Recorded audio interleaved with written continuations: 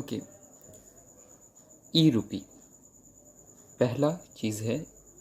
ई रूपी क्या है, व्हाट। ठीक, अब व्हाट के जवाब में आपका क्या है? तो 2 अगस्त को प्रधानमंत्री नरेंद्र मोदी ने एक सिस्टम लॉन्च किया जिसका नाम दिया ई रूपी। ई रूपी का काम क्या है कि जितने भी मॉनिटरी बेनिफिट हैं, to send government monetary benefits directly to beneficiaries phones. ठीक है, ये सीधा जितनी भी बेनिफिट्स अब तक क्या होती थी, अब तक चीज़ें होती थी कि भाई आपने बैंक में पैसा दे दिया, इसमें बैंक में पैसा नहीं दिया जाएगा। इसमें एक आपका क्यूआर कोड रहेगा या मैसेज के ज़रिए आपके फ़ोन में एक वाउचर आएगा। ये वाउचर क्या करेगा, आप जब इस तरह की गवर्नमेंट 2 वाउचर बनाएगी, एक वाउचर जहाँ से एक वाउचर आपको सेंड किया जाएगा और दूसरा वाउचर ये जाएगा जिसके पास से आपको सामान लेना है या फिर जो भी बेनिफिट्स आपको लेनी है उसके पास। ठीक, अब इसको डेवलप किसने किया है?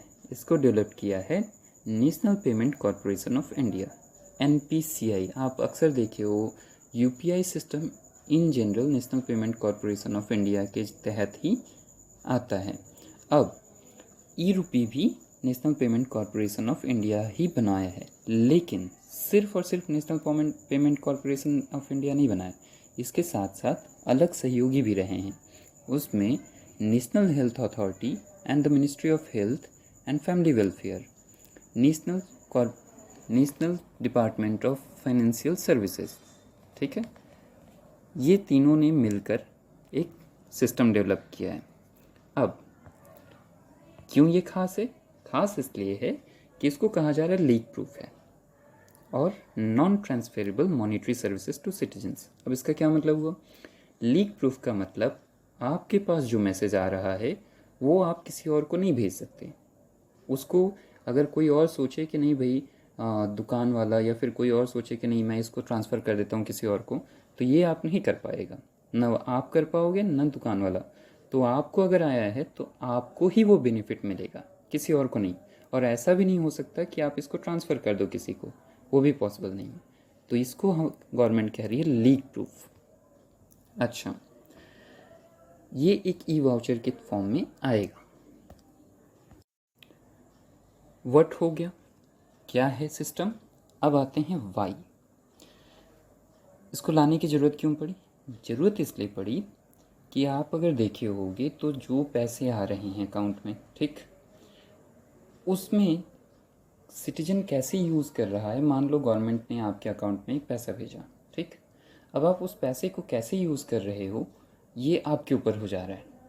लेकिन यहाँ पे क्या है कि आपको जब वाउचर दिया जाएगा तो न तो आप उस चीज़ को किसी और चीज़ के लिए यूज़ कर सकते हो और ना ही आप इसको ट्रांसफ़र कर सकते हो। तो ये जो होल बीच में आता था, इसको एक फिल करने की कोशिश की जा रही है इस सिस्टम के ज़रिए। अब होल जो है, अगर आप देखोगे तो बहुत सारे बेनिफिट्स ऐसे रहे हैं जो जिसमें आप अक्सर सुने होंगे कि धांधली हुई कि आपको कुछ पैसे मिल रहे हैं तो उसमें से पूरे पैसे न जाकर थोड़े पैसे जा रहे हैं, या कोई और के अकाउंट में जा रहा है तो वहाँ से वो निकालने में दिक्कत कर रहा है। तो इतनी सारी चीज़ें, बहुत सारी चीज़ें थी। बेनिफिट सिर्फ पैसे का नहीं, अन्य चीज़ों में भी, राशन में भी चीज़ें इधर उधर हो रही थी। अब एक बेनिफिट तो ये हुआ कि ये चीज़ें हो सकती हैं। दूसरा क्या है, ट्रैक किया जा सकता है कि कितने लोगों को सब्सिडीज़ गई हैं या कितनी बेनिफिट्स लोगों ने पाई है। और दूसरा क्या है, how much of the allocated funds been disperse to citizens. ये सिर्फ सिटीजन्स को ही नहीं, ये खुद को भी चेक करने का बड़ा इजी वे हो जाएगा कि भाई इतने क्यूआर कोड क्या हैं, मतलब इतने लोगों को बेनिफिट्स पहुंचा है। नहीं तो अभी तक क्या होता था, और सिर्फ बेनिफिट्स पहुंचा नहीं, इतने लोगों ने क्यूआर कोड यूज़ किया है। मान लो इसमें होता क्या है, आपको पैसे दे दिए गए, अब मैं नहीं समझ पा रहा हूँ कि आपने पैसे का क्या किया।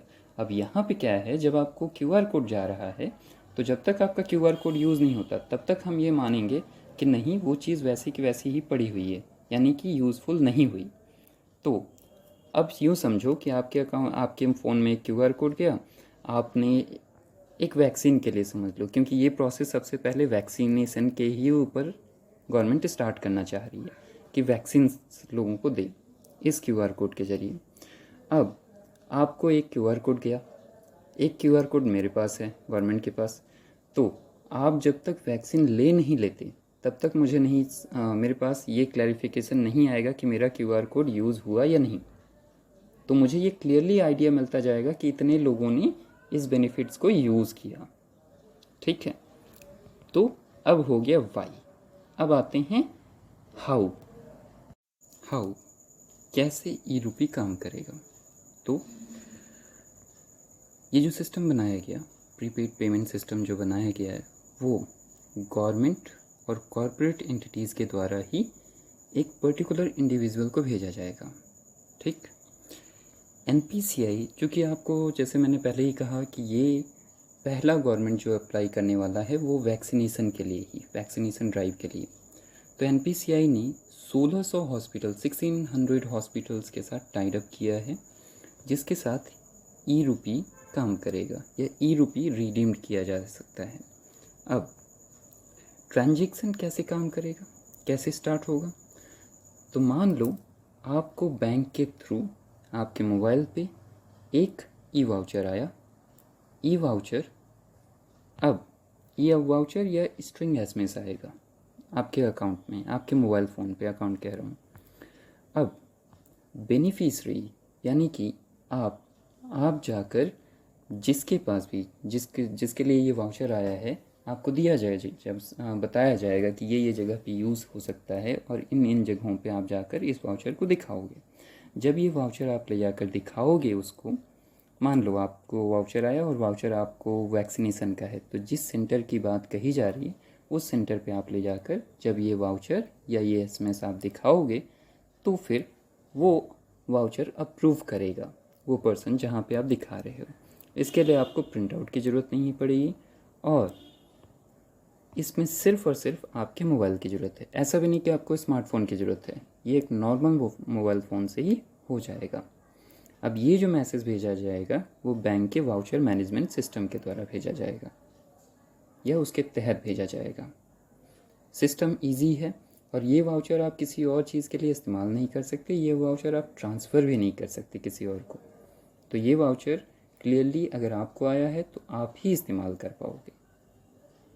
Thank you. अगर वीडियो अच्छा लगा तो फिर आप प्लीज़ लाइक और सब्सक्राइब करें।